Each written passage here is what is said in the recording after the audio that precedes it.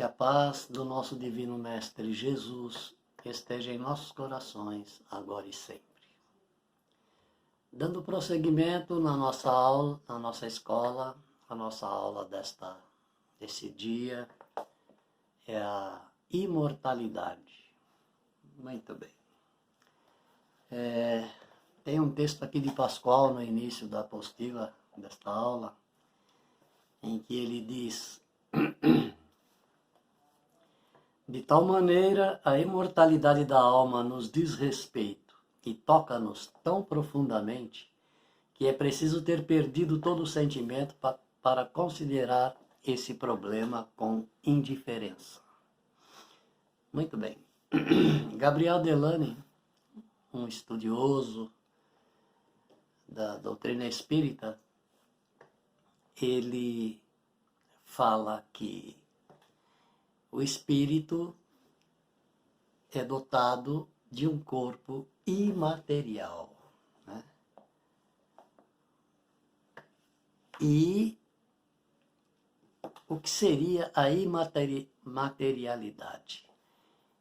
Nós temos uma certa dificuldade de entender certas questões por conta da falta de referência. Quando nós não temos nada aqui no plano físico que nós possamos submeter à apreciação, né? Nós temos dificuldade de ter esse entendimento. Nós não temos nada aqui, tudo aqui é material. Então, o que se refere a extrafísico, nós só conseguimos imaginar. E se nós nunca vimos absolutamente nada a esse respeito, nós também não conseguimos imaginar. Se nós não conseguimos entender, se nós não temos referência e não conseguimos imaginar, nós corremos o perigo de não acreditar. Ok? Eu particularmente tive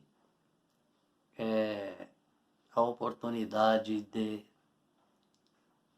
vivenciar o plano extrafísico. Eu vi vultos, eu estive no plano extrafísico, eu conversei com esses vultos. Eles são meio indefinidos, né? Alguns com um pouco mais de definição. Depende, eu acho que, da condição de percepção minha daquele momento. E também depende do espírito querer ou não se apresentar. Tá certo? Eu tenho a oportunidade de conversar semanalmente, né? Nos nossos trabalhos espirituais, com um médium incorporado em um médico, com um médico incorporado em um médium. E ele sempre repete quase a mesma coisa. Você não vê para não se desequilibrar. Você ainda não está pronto para ver. Se você vê, você vai se desequilibrar. Então, eles só mostram realmente e só permitem que nós vejamos quando não corremos nenhum risco. Quando isso, de alguma forma, propicia um benefício para nós. Então, eu não tenho essa dificuldade de entender e aceitar a imortalidade de todos nós. Quando Jesus aqui esteve, ele disse: há muitas moradas na casa do Pai. Ele não se referia apenas a planetas, ele se referia a dimensões, a planos, a realidades em que a vida se manifesta nessas mais variadas condições. E essas variadas condições, elas são de acordo com a evolução de cada ser, de cada humanidade. Enfim, a nossa realidade aqui, nesse momento, é de uma humanidade onde todos nós, seres humanos, estamos num processo de individualização, ok? Então, somos espíritos que algumas seitas e doutrinas e religiões definem como centelhas, e eu entendo como centelha um quantum de luz, de energia. Enfim, nós ficamos imaginando como nós, nesse momento, de acordo com com o nosso estágio evolutivo, nós conseguimos nos relacionarmos sendo apenas uma centelha, um quantum de luz. Como é que se dá isso? Nós não temos nenhuma referência com relação a isso.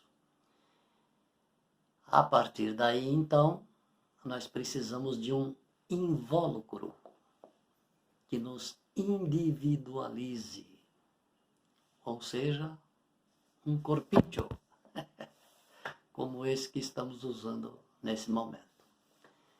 Então, através do corpo, nós nos comunicamos, falamos, sentimos, enxergamos, ouvimos, e sendo imortais e também continuando nesse estágio evolutivo, mesmo após a morte desse corpo, nós precisamos continuar existindo e nos relacionando.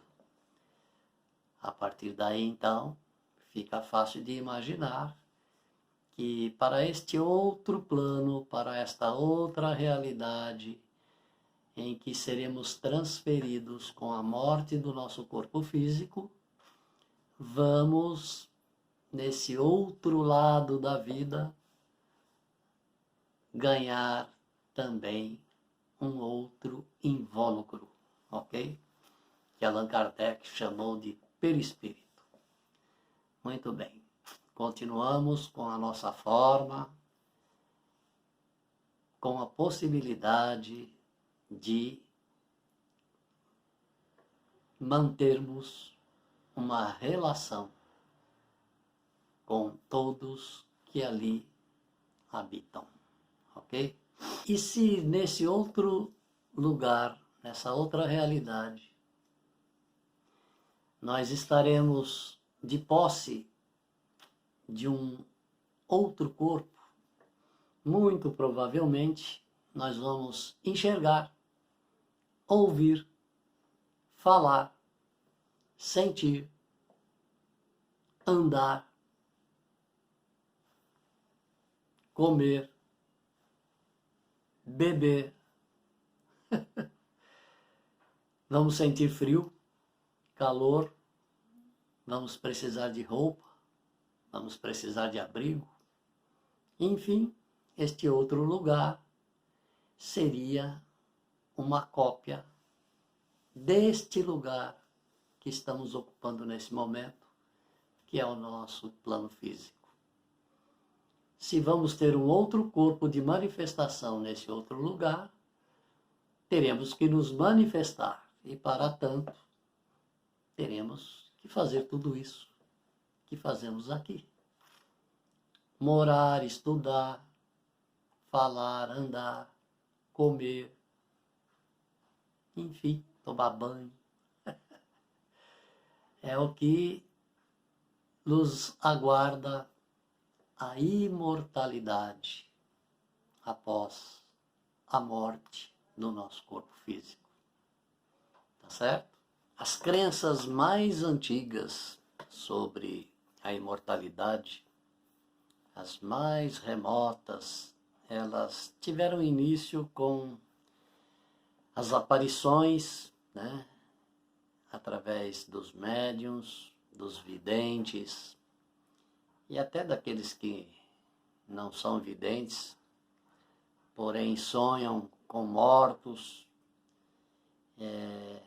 Esses fenômenos, eles foram trazendo ao longo do tempo a crença na imortalidade, tá certo? Às vezes nós temos, por exemplo, impressão de já estar num determinado lugar, aquilo não nos é estranho. Às vezes nós nos encontramos com pessoas e temos a impressão de que já nos conhecemos há muito tempo, de algum lugar. Então são confirmações, né, da imortalidade, tá certo? Nós temos em todas as épocas, em todos os povos, essas noções. Os hindus, por exemplo, eles diziam sobre um céu védico, morada dos deuses, sede da luz eterna, origem e base de tudo quanto existe. Então, este céu védico é o nosso plano espiritual. Os egípcios acreditavam que só uma parte do homem morria, a outra, o duplo, sobrevivia. Então nós temos também aí entre os egípcios antigos uma noção muito clara sobre a imortalidade. Eles falam até de um duplo, né, de cada um de nós, desse outro invólucro, como nós dissemos. Os chineses, existe uma estátua de Confúcio, que é o grande sábio chinês, né? Está escrito no pé dessa estátua, de uma das estátuas dele lá na China, ele fala: quer falando ou agindo, não penseis ainda que estejais sozinho, que não sois visto e ouvido, os espíritos são testemunhas de tudo. Ok? Confúcio. Aí nós lembramos de Paulo de Tarso quando ele diz que estamos sempre cercados por uma nuvem de testemunhas. Paulo também se referindo a espíritos, ok? Então, se os espíritos existem, eu também vou continuar existindo. Os persas, o nosso grande Zoroastro, o grande sábio persa, né? O grande santo dos persas, ele fala do eu interior. Ele cita o que nós conhecemos hoje como os nossos anjos da guarda, né? Como nos ensinou o catolicismo. E hoje a doutrina espírita fala em mentor individual de cada um de nós. Este ser que nos acompanha nessa existência. Então, os persas também tinham essa noção de imortalidade. Já na Grécia, então, nem se fala, né? Homero, Sócrates, Platão, eles aproximam-se dessa realidade através das maravilhosas filosofias que eles deixaram, né, para a civilização atual. E o próprio Paulo de Tarso fala do corpo espiritual imponderável, incorruptível, né? Poetas como Dante, a Divina Comédia, o Paraíso Perdido, Guerra dos Anjos. Como nós sabemos, Dante era um grande médium e ele foi em desdobramento levado para os umbrais, para regiões espirituais menos elevadas, mais elevadas. E ele então escreve sobre tudo que ele viu, né? Ele não poderia falar de uma outra forma, como ele falou, senão ele não seria acreditado. Então ele trouxe numa forma poetizada, né? Enfim,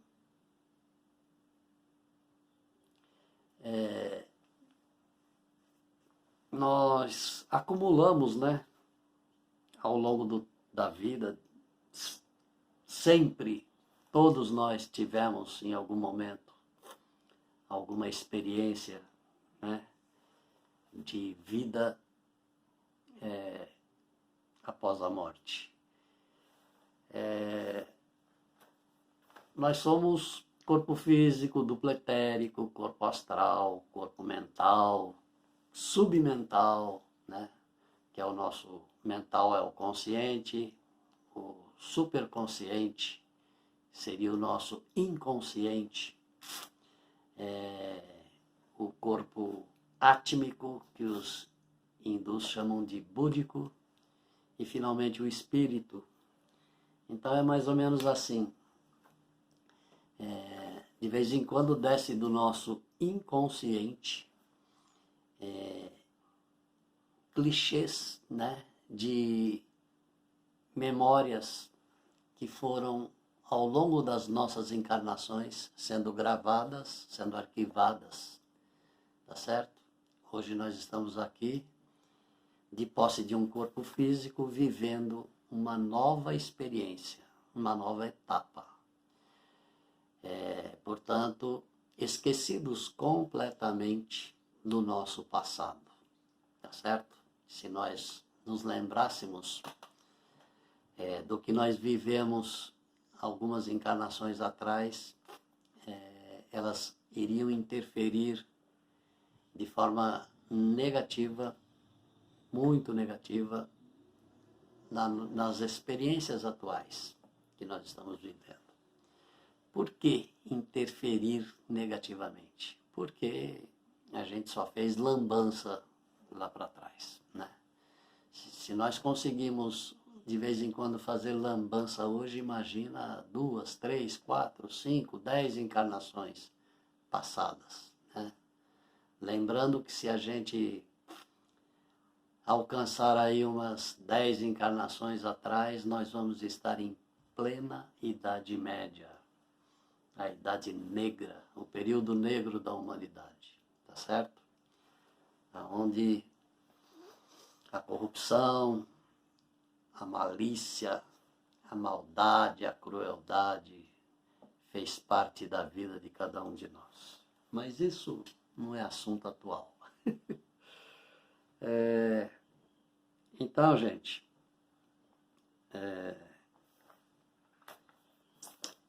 eu pesquisando sobre imortalidade, eu já tinha visto e revi novamente. Eu vou ver se eu consigo, alguns dias atrás, né? Eu vou ver se eu consigo lembrar direitinho. Um chinês agricultor, ele estava cavando um poço para buscar água para irrigar a sua plantação de trigo. E ele cavou aproximadamente 2 metros e sua enxada ou sua pá bateu em algo que ele achou que era uma pedra. E com cuidado ele continuou cavando e percebeu que era algum objeto. Ele achou então que tinha encontrado algum vaso desses antigos. E ele continuou cavando, agora com mais cuidado, e ele começou a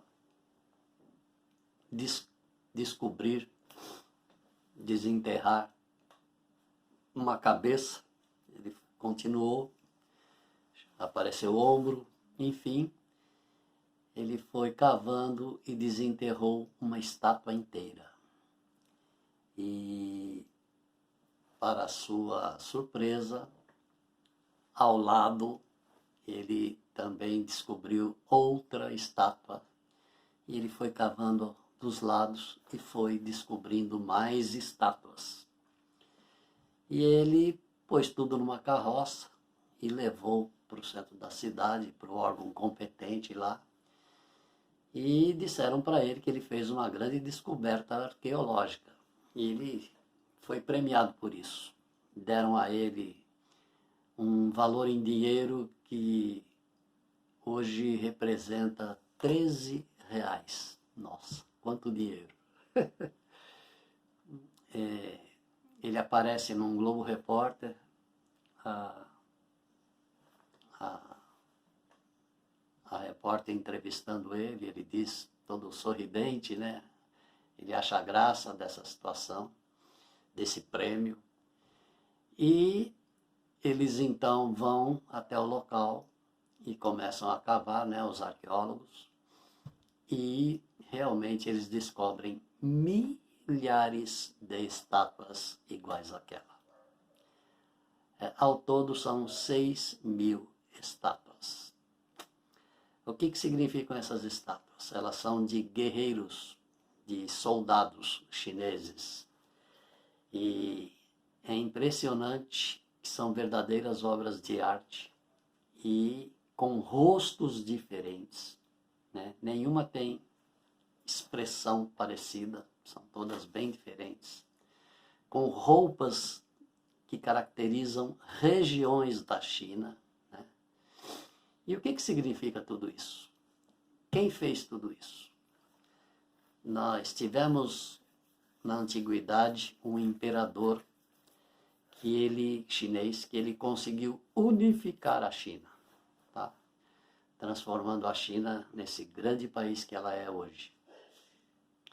E antes dessa unificação, os imperadores, ao morrer, eles sacrificavam todo o seu exército, tá? Porque eles tinham plena certeza de que eles continuariam vivos aonde eles estivessem, e eles iam continuar precisando, ele, imperador, continuaria precisando de um exército. Então, todo o seu exército perecia junto com ele. Não só o exército, toda a criadagem, todos os escravos, enfim, tudo que ele precisava ia para o túmulo junto com ele.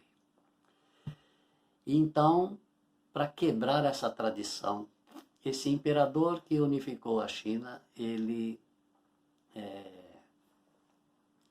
mandou fabricar essas estátuas, né?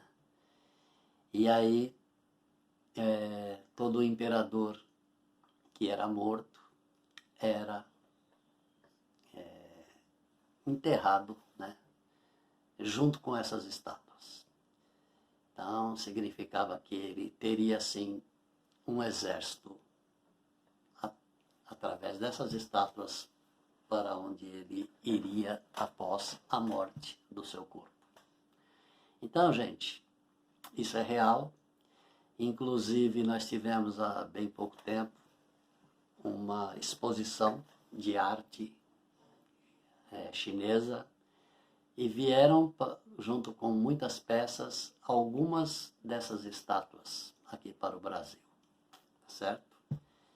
E tem muita informação sobre esse acontecimento, né? No Google, eles chamam essas estátuas de os guerreiros de terracota, ou soldados de terracota, uma coisa assim. Então é só digitar lá no Google, que a gente vai ver lá muitos documentários a respeito. Muito interessante. Isso foi descoberto recentemente, há exatamente 29 anos atrás, tá? E tem fotografias, tem filmes, tudo aí para quem quiser conhecer, ok? Então, uma prova mais impressionante do que essa, de que nós sim trazemos dentro do nosso inconsciente a noção, a impressão, da imortalidade, não tem dúvida nenhuma, né, gente? Realmente é impossível negar essa impressão que a gente traz com a gente de que realmente nós não vamos morrer. Todos os grandes mestres que por aqui passaram disseram a mesma coisa, que nós fomos criados à imagem e semelhança de Deus. Assim está escrito em todos os livros sagrados, de todos os povos, de todos os países, de todas as religiões, né? Inclusive na nossa Bíblia. Se nós somos um quantum de Deus, se nós somos um punhadinho, né? Uma partezinha da sua essência, nós somos também imortais como Ele, tá certo? Me lembro de uma piada do Divaldo, que ele diz que que um homem chega para Deus e pergunta: Senhor, diante da contabilidade divina, o que significa a eternidade? E Deus pensou e respondeu: a eternidade significa 1 minuto. E $1 milhão, Senhor, o que significa diante da contabilidade divina? Aí Deus pensou e respondeu: significa 1 centavo. Aí o homem disse: Senhor, me dá 1 centavo. E Deus respondeu: espera 1 minuto. Enfim,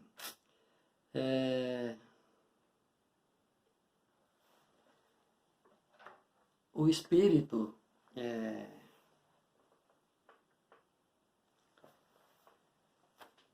ele, sendo imortal, ele imprime na nossa essência psíquica essa impressão de imortalidade que nós temos. Eu faço uma pergunta para todos vocês aqui. Alguém aqui junta dinheiro para comprar um caixão para não ser pego de surpresa quando chegar a hora da morte, já está tudo preparadinho, né? Caixão comprado. Eu sei que algumas pessoas fazem isso, mas diante de 7 bilhões e 500 milhões de espíritos encarnados, acho que 0,0,01% faz isso, né, gente? Por quê que a gente não faz isso? Porque nós temos a impressão de que não vamos morrer. E essa impressão é verdadeira. Realmente nós não vamos morrer, tá certo? Quem vai morrer é o corpo, não somos nós, tá certo? Por isso que eu de vez em quando atendo o telefone e é neguinho querendo vender caixão para mim, eu falo: eu sou imorrível, como diz um amigo meu. Muito bem, gente. Finalmente, nós temos a doutrina espírita, né? Que nos traz uma avalanche de fenômenos com técnicas de aprimorar a mediunidade, com ela uma gama enorme de livros, né? Que trazem informações sobre ciência, filosofia e mesmo religião, tudo falando sobre a imortalidade, tá certo? Se nós temos dificuldade de acreditar em todas essas informações, vamos utilizar a nossa inteligência. Como diz o ditado, né? Onde não alcança o nosso braço, alcança os nossos olhos. Onde não conseguimos enxergar, podemos utilizar a inteligência, e aonde não alcança a nossa inteligência, alcança a nossa intuição, e aonde não alcança a nossa intuição, alcança também a nossa imaginação. Então, que nós possamos lançar mão de todos esses recursos para avaliarmos, analisarmos a questão da imortalidade, tá certo?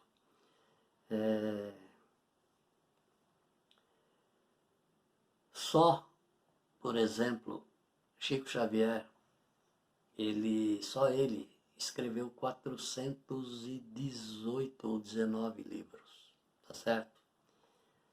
Abordando questões profundas de filosofia, com uma gramática riquíssima,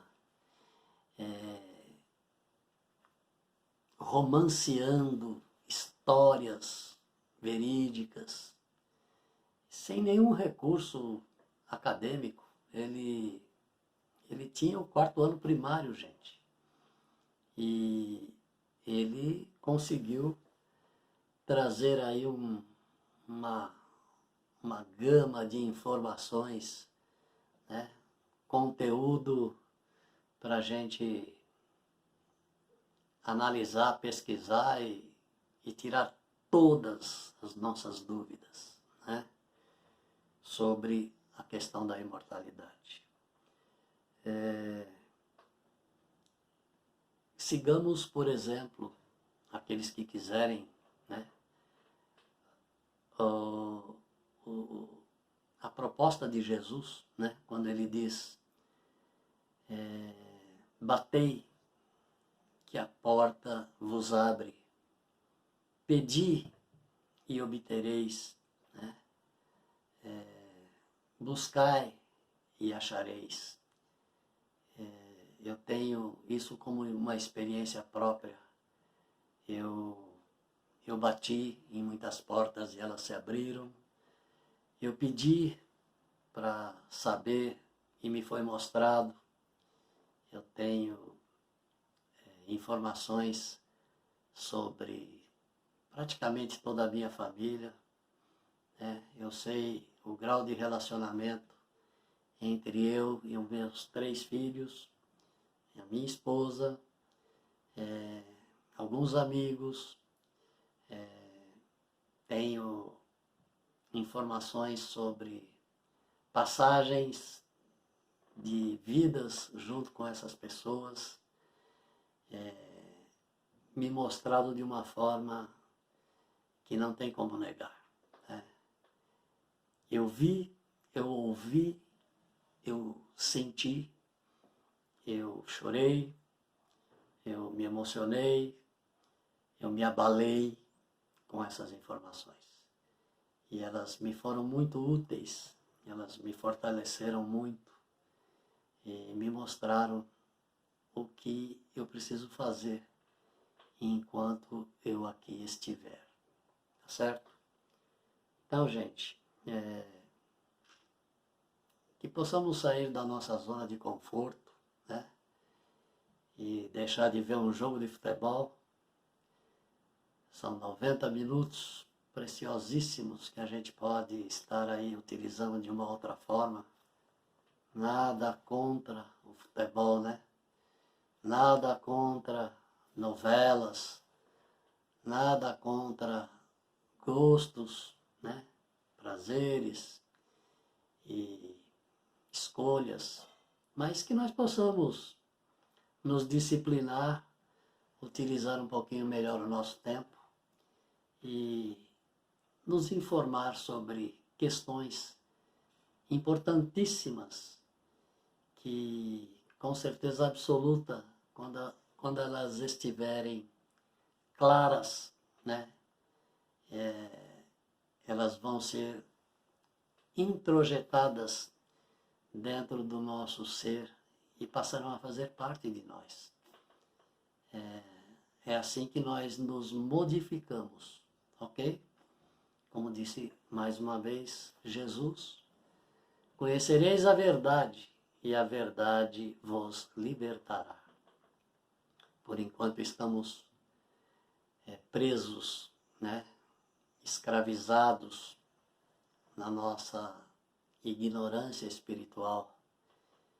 E é essa ignorância espiritual que nos causa desconforto, insegurança, medo e que nos adoece. Tá bom? Então, se a gente quer ter uma qualidade de vida melhor, vamos de encontro a essa verdade. Bate que a porta abre. Pergunta que as respostas vêm. Pede para ver que vai te ser mostrado. Tá bom? É isso aí, gente. Muito obrigado mais uma vez pela atenção de todos que vierem a nos assistir. E até a próxima oportunidade.